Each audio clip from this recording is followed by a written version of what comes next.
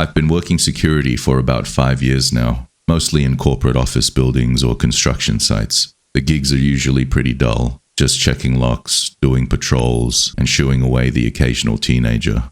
But last year, I picked up this graveyard shift at the university library, and that job, well, let's just say it's the reason I don't work nights anymore. The library is this massive, brutalist concrete building from the 70s. It has 6 floors, but the bottom 2 are what we call the stacks. It's where they keep the old periodicals, the government documents, and the books that nobody's checked out in decades. It's a maze of metal shelving units that run floor to ceiling, packed so tight you have to turn sideways to squeeze through some of the aisles. The shift was usually quiet. I'd sit at the front desk on the main floor, monitor the cameras, and do a patrol every 2 hours. This happened on a Tuesday night in November. The university was on fall break, so the campus was dead. I was the only person in the entire building. At around 2 a.m., I was sitting at the desk, scrolling on my phone, when the motion sensor panel beeped. It was triggering in the lower level 2 stacks, the deepest, darkest part of the basement. I looked at the camera monitor for that sector. The feed was grainy and black and white, showing just endless rows of shelves. I didn't see anyone. I figured it was the HVAC system kicking on and blowing a loose paper around that triggered the motion sensor. It happens sometimes, but per protocol, I had to go clear it. So I grabbed my flashlight and the keys and took the elevator down. When the doors opened on level 2, the air hit me first. It smells different down there, like dust, decaying paper, and something metallic. The lights are on motion sensors, so the floor was pitch black, stretching out in front of me. As I stepped off the elevator, the banks of fluorescent lights flickered on, one by one, creating this domino-like effect of illumination down the main corridor. I walked toward the sector that had triggered the alarm. It was the J section, mostly oversized atlases and old maps. When I turned the corner into the aisle, I stopped. Lying on the floor, right in the center of the aisle, was this large book. It was lying there like someone had been reading it and just dropped it.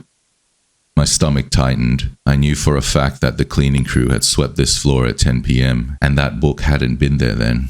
I walked over, picked it up, and shoved it back onto the shelf. I called out, announcing that I was security and that the building was closed. My voice just died in the silence, though, swallowed up by the thousands of books. I stood there for a minute, listening. I heard the low hum of the ventilation, the buzzing of a dying light bulb, and then I heard something else. It was a soft, sliding sound like someone was dragging their foot across the carpet, and it came from the next aisle over, aisle K. I stepped out to the end of the row and shone my flashlight down aisle K. It was empty, just rows of books. I told myself it was just the building settling and did a quick sweep of the immediate area, checking the ends of the rows. I didn't find anyone, and I was feeling pretty creeped out, to be honest, so I decided to head back to the elevator. As I was walking back down the main corridor, though, I got that feeling. You know the one. The prickly heat on the back of your neck that tells you something is hunting you. So I stopped walking. The silence behind me was heavy. I spun around, sweeping the light back the way I came. Nothing but concrete and metal. I turned back around and kept walking, faster this time. Then I heard a scuff. I froze again. I definitely heard it that time. It was a footstep. And it was close. I whipped around again, shouting for whoever was out there to come out. I waited for a full minute, my heart slamming against my ribs.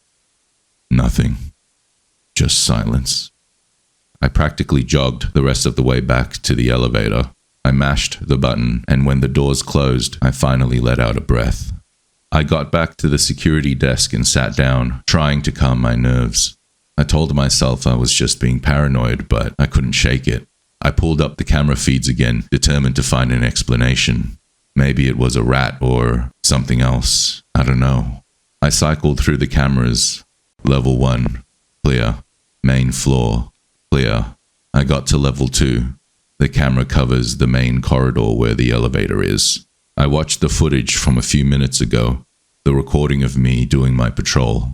I saw myself step off the elevator. I saw myself walk down the corridor and turn into aisle J. Then I saw something that made my blood run cold. On the video, about 10 seconds after I walked into aisle J, a figure stepped out from behind a concrete support pillar near the elevator. Whoever it was must have been standing there the entire time I was coming down the hall. The figure was tall, wearing dark clothes, and appeared to be barefoot. I watched on the screen as the figure crept down the hallway, following me. It moved strangely, with these kind of jerky motions, and it kept really low to the ground. When I turned into aisle J and found the book, the figure stopped at the end of the aisle, peeking around the corner, watching me. Then the video showed me coming out of aisle J and to check aisle K. As I stepped out to look down aisle K, the figure didn't run away, he didn't hide, he simply just stepped into aisle J, the one that I'd just vacated. We'd essentially swapped spots. He was standing where I was, and I was standing where he was. The video continued. I saw myself walking back toward the elevator. I saw myself stop. This must have been when I heard the noise. On the screen, the figure was walking maybe 10 feet behind me. When I stopped, the figure stopped. When I spun around to check behind me with the flashlight, the figure ducked out of sight into one of the aisles. When I turned back around to walk to the elevator, the figure came back out again and continued to follow me, right up until the moment the elevator doors closed. The video ended with the elevator doors shutting. The figure stood there for a moment, staring at the closed doors. He just stood there staring for like a solid 10 seconds before walking calmly away, back into the darkness. I called the police immediately. They searched the building floor to ceiling. They found a sleeping bag stashed behind a ventilation unit in the mechanical room, along with some food wrappers, but they never found the guy. I quit the next morning. Needless to say, I was never gonna go back there again.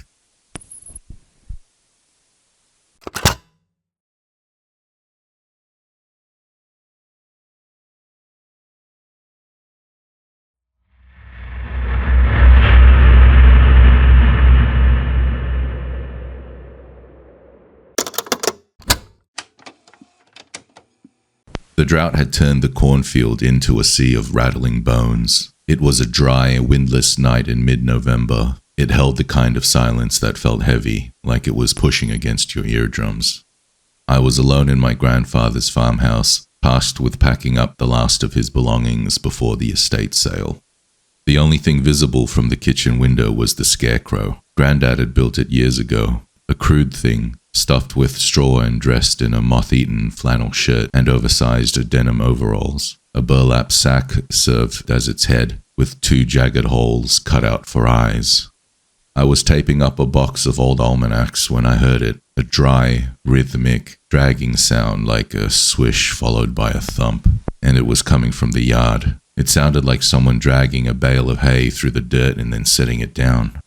I went to the back porch and flipped on the floodlight. The beam cut through the darkness, illuminating the dry rows of corn. The wooden post where the scarecrow usually hung was empty. The crossbar remained, looking like a crucifix against the black sky. But the figure was gone. "Kids," I muttered, assuming the local teenagers were trying to mess with me. I grabbed the flashlight and stepped off the porch. The air smelled of ozone and dry rot. I found the scarecrow about 20 feet away, lying face down in the dirt between 2 corn rows. It looked like it had been torn down violently. I grabbed the back of the flannel shirt to haul it back to the shed. I expected it to be light, just dry straw and cloth, you know. But it was incredibly heavy. It felt like less of a bundle of hay and more like dead weight, dense and limp. I dragged it across the yard, the heels of its boots digging trenches in the dust. I managed to prop it up against the side of the barn, intending to deal with it in the morning. When I walked back to the house, I wiped my hands on my jeans. They felt greasy, like they were coated in some strange, slick residue that hadn't been on the flannel. Back inside, I locked the door and returned to the kitchen. I tried focusing on the packing, but the silence had changed. It wasn't empty anymore, and I couldn't shake the feeling that I was being watched. 10 minutes later, the sound returned. The dragging swish, thump, swish, thump. The sound slowly made its way onto the porch steps. Swish, thump. I froze, the packing tape gun trembling in my hand. There was no way a prankster would be bold enough to walk right up to the door, I thought to myself. I moved to the hallway, staying out of the line of sight of the door's frosted glass window. A shadow fell across the floorboards, blocking out the porch light. Something was standing directly against the door. "Who's there?" I called out. I'm embarrassed to say my voice cracked. There was no answer, just a soft, wet sound, like a sponge being squeezed against the glass. I crept closer, grabbing a heavy iron poker from the fireplace. I lunged forward and yanked the curtain aside. The scarecrow was pressed right up against the glass. But it wasn't just leaning. Its burlap face was like mashed against the window pane. The jagged eye holes, which should have been black voids in the straw, appeared wet. I swear I saw them glistening in the light. I stumbled back, my heart hammering against my ribs. I watched, paralyzed, as the flannel chest of the scarecrow rose and fell. It looked like it was breathing. I scrambled to check the deadbolt, my fingers fumbling. It was locked, thank God. Suddenly, the scarecrow shifted. It didn't move like a person, it moved with a jerky, almost hydraulic kind of stiffness, and it raised a gloved hand and placed it against the doorknob. The doorknob shifted, not with a frantic jiggle, but a slow turn, like as if the door was being tested. I didn't wait to see if the lock would hold. I ran to the kitchen, grabbed my car keys, and bolted out the side door. I sprinted toward my truck, not daring to look back at the porch. I fumbled the key into the ignition and roared the engine to life. As the headlights swept across the yard, I saw it one last time. The scarecrow wasn't on the porch anymore. It was standing in the middle of the driveway, blocking my exit. It stood perfectly upright, arms spread wide as if inviting me in for a hug. I slammed my foot on the gas. I didn't care. I was gonna run it down. The truck hit the figure with a sickening, meaty crunch. It didn't explode into straw like an ordinary scarecrow would have, I thought. Instead, it sounded like I'd hit a deer. The truck shuddered, rolling over the mass, and I sped onto the main road, not stopping until I was 10 miles away at an all-night gas station. The police went out the next morning to check the property. They found nothing. The scarecrow was back on its post in the cornfield, hanging limp and lifeless. That night still haunts me to this day.